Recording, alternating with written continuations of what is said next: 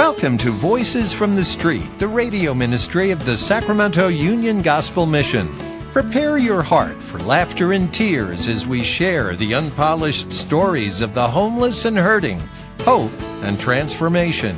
Here's your host, Director of the Union Gospel Mission, Pastor Tim Lane. Well, thank you for joining us. I don't know what your life is like, but every life has its ups and downs, its beginnings, its ends. And sometimes we go through things that are very difficult. Some things are very enjoyable. We have friends, we lose friends, we do all those things. And so, as I said, Ecclesiastes says there's a time under every season. And so today, when you're out there, it's a beautiful day here in the studio. I'm looking outside the window and the weather is good. It's like 80 degrees outside.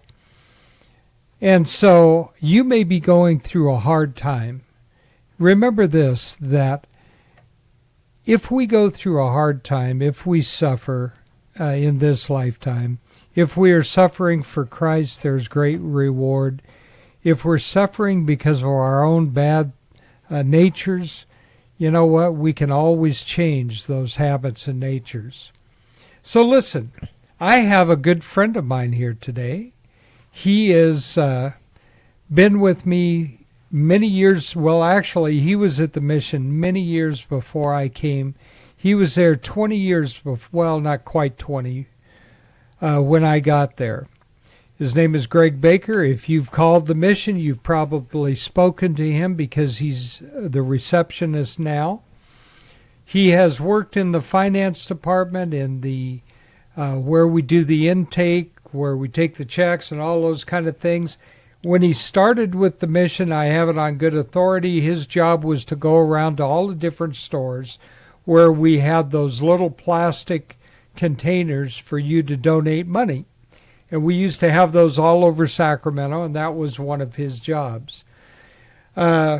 He's a fascinating guy. He's lived at the mission, he's, like I said, done a lot of things.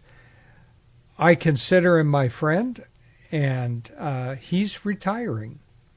And so I wanted to bring him on the show because he has a wellspring of stories and things about the mission. So let me start, though, by telling you that when Greg was on vacation, right before I came to take over as director, and Greg was not a happy individual at the time, he had decided that after his vacation, he was just going to quit the mission. I came in on a Friday before I became director, and he was there. And I went to Joshua, waiting to enter the Promised Land. And through that story, and if you all remember it, Joshua and Caleb were sent with the other 10 spies to find out what the Promised Land looked like. 10 of them came back and said, there's giants in the land. We're like ants. We can't attack. We can't go in there. And Joshua and Caleb alone said, hey, it's a land of milk and honey. We should go in and possess it, because they believed God. Well, the reason that I told that story is it was a very difficult time at the mission, and Greg was having a difficult time coming back to work there. But then he decided that he would come back and he would give it a shot. And for the last 19 years, he's been there with me. So I think he decided to stay a little bit longer anyway. So Greg, how did you even come to be at the mission? Well, I was counting money for my mother, and she worked at the mission to begin with. And after that, then she went and put a good word in with the assistant director, which was Haskell Jones. And he hired me and with Pastor Kirk and his son, and it was good, but I was doing coin banks, and it was all I enjoyed doing that because I got to go out and meet a lot of different people and just tell people about the mission. And that was the first thing that I did. And I enjoyed that so much. Your mom worked at the mission for how long before you came, Greg? Well, she started at 2nd Street in Old Sacramento as a volunteer, and then the Mr. Carnell or Pastor Carnell and his wife asked her to come on and work for them, and she was working there since I think 1972 or right around then. And I ended up going to the 2nd Street and being there for the prayer breakfast. And it was a soup kitchen then, but they had prayer breakfast, and they did all kind of things there. And then they moved to a place right next to where the mission is now, and then they built the new facility, and they sold the other. Well, the city moved us from the old place to our new place. Yeah, that's where VOA is right now, correct? Yes. And so what the city was going to do, I understand, is take the land by eminent domain at the time. And so we had no choice about selling it. But regardless of that, what was it about 1978 that they moved into where we are now? Yes, and it was a nice facility, but now they moved and we rebuilt the facility, and it's a brand new facility, and people should come down and take a look. I agree. Because it's something that people should see what the mission, where the money went, and how beautiful it looks now. You know, we always invite people to come down to the mission. One of the things, if you happen to be a donor, you don't have to be a donor to come down and get a tour. But if you happen to be a donor and you'd like to see where it is that all the money that you send in is going to, you know, a lot of times you have a charity or you have something you're donating to, and you really never know what's happening.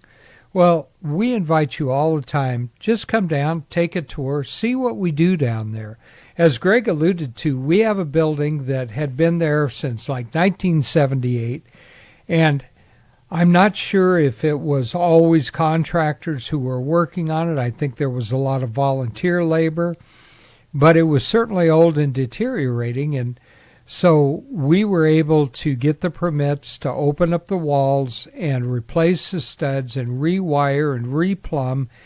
And so it's essentially a new building, at least as we're moving through. We've done about half of the work needed, and we're moving on to the other. We call it 2 more stages, but they are much smaller in comparison. And so one thing I'd like to clarify, too, is when Greg said that down on 2nd Street, some of you may be realizing that 2nd Street is actually Old Sacramento, but Old Sacramento back then wasn't exactly a tourist trap, was it, Greg?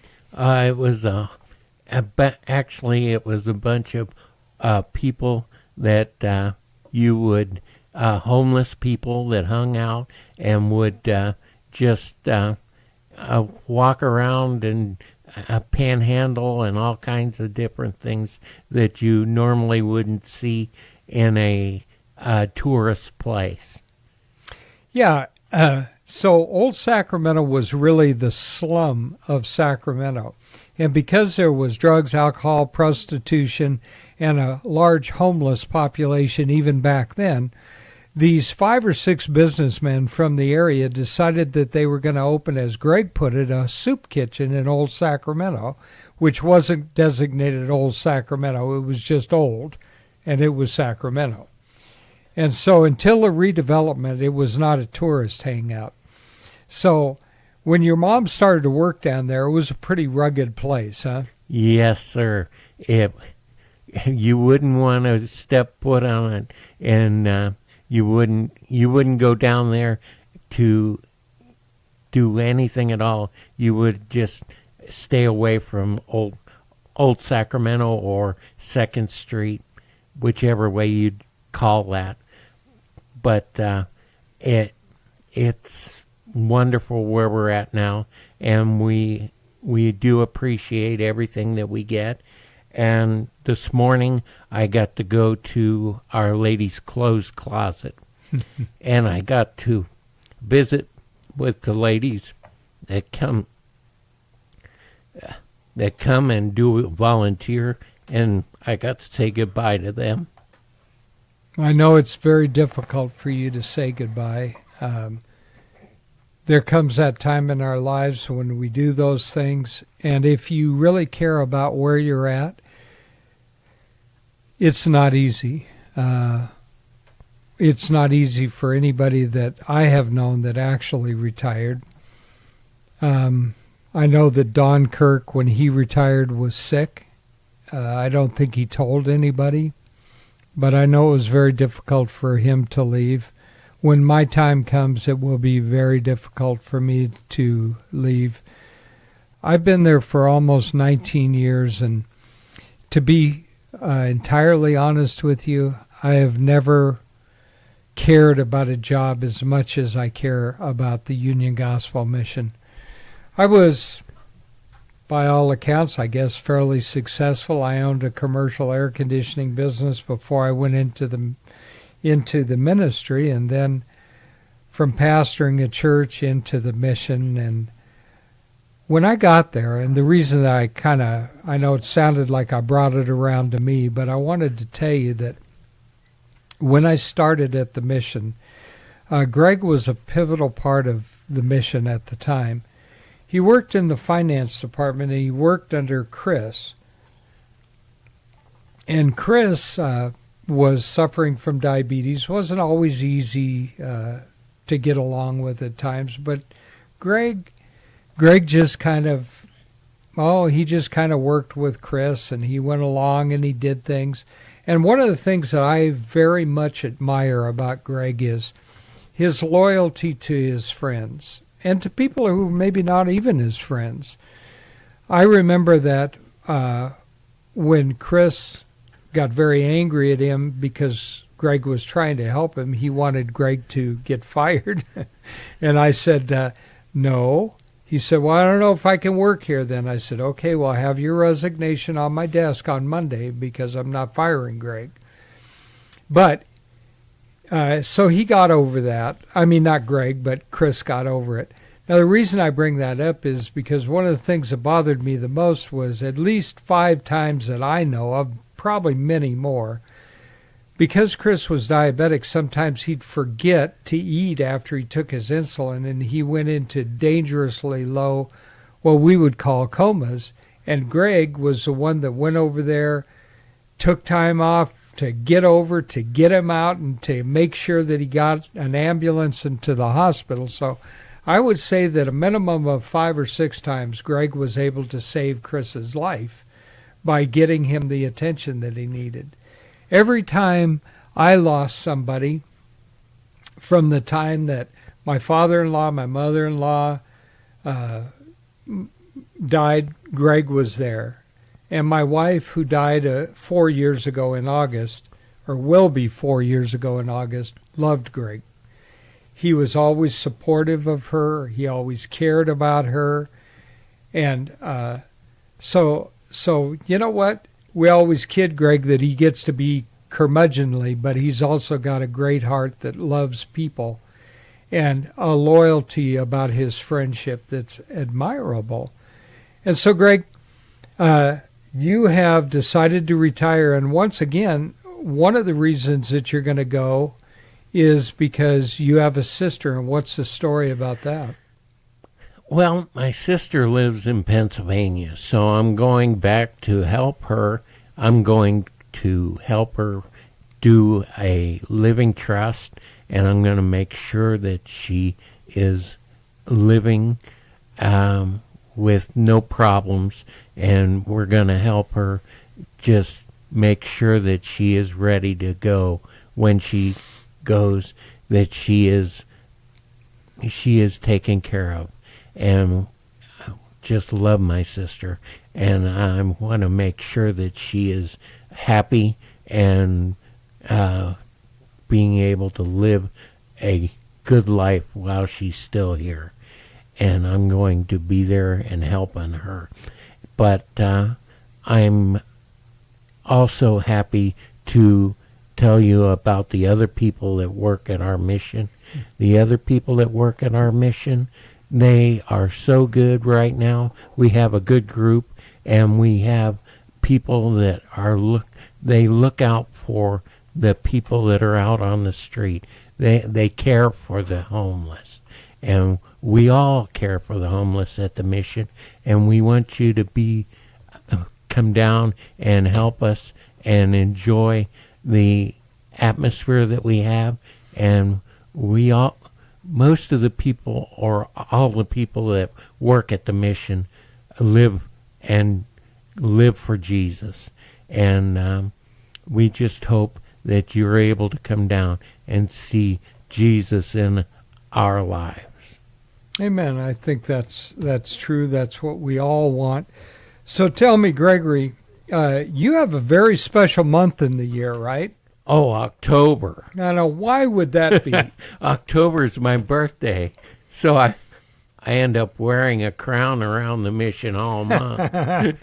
Yes, he does. Now, I have it on good authority. I saw you wearing that crown the other day, and it's not even October. No, but we're celebrating my going away, retirement.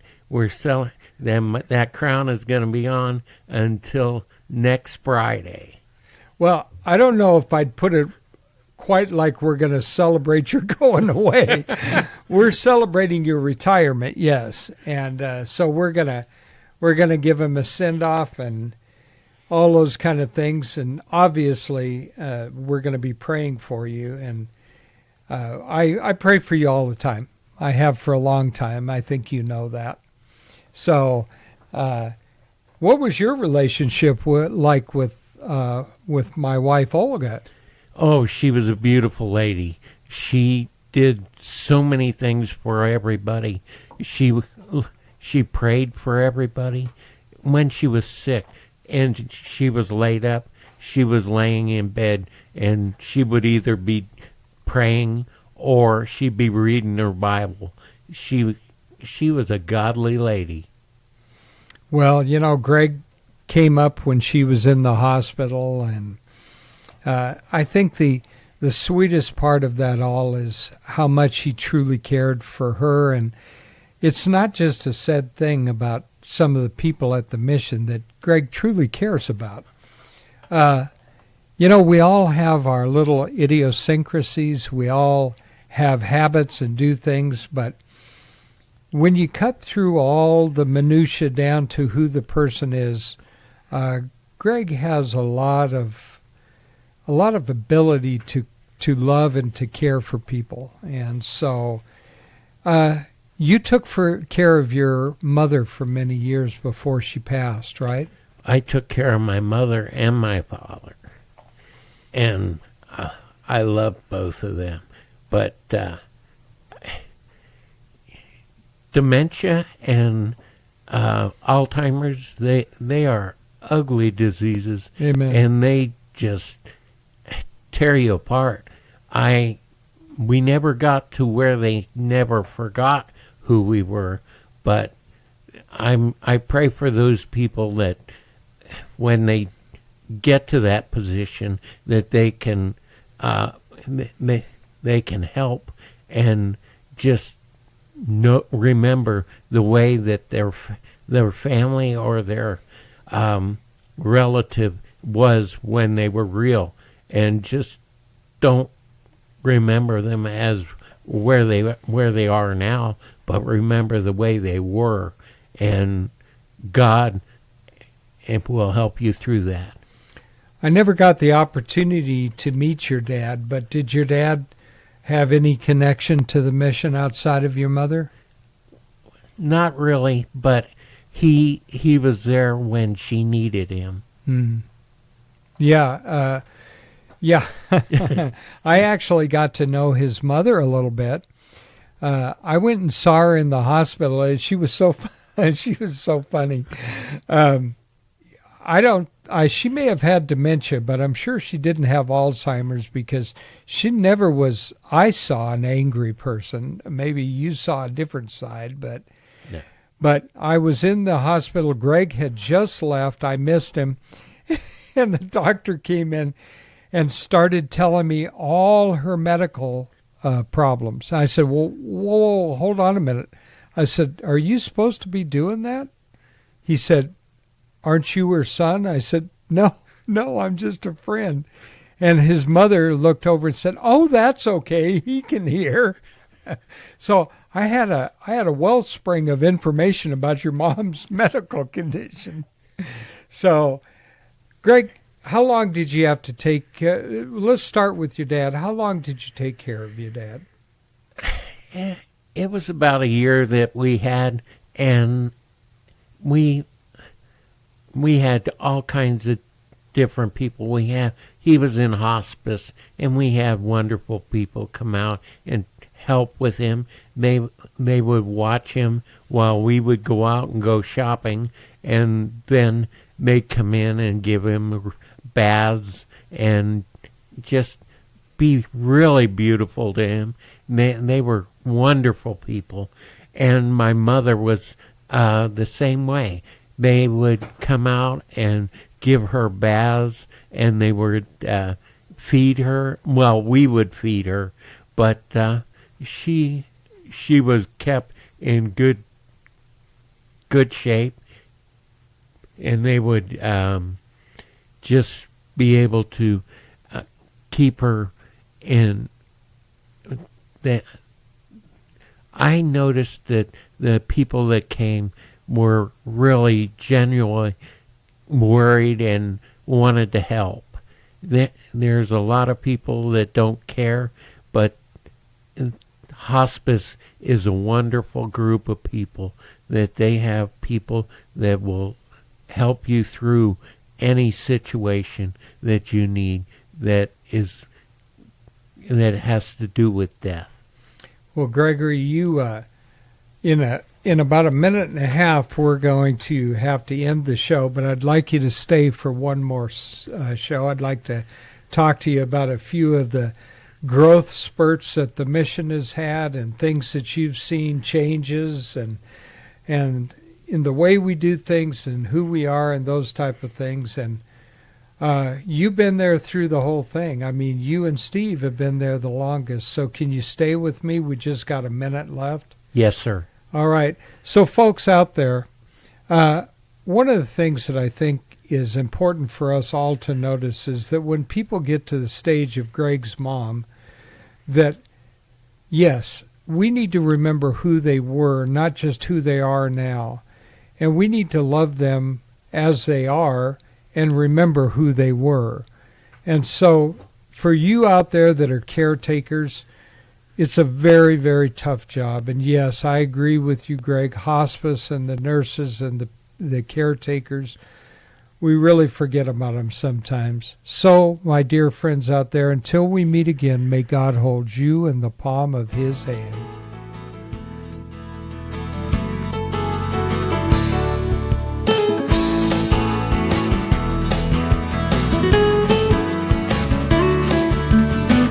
You've been listening to Voices from the Street, the radio ministry of the Sacramento Union Gospel Mission.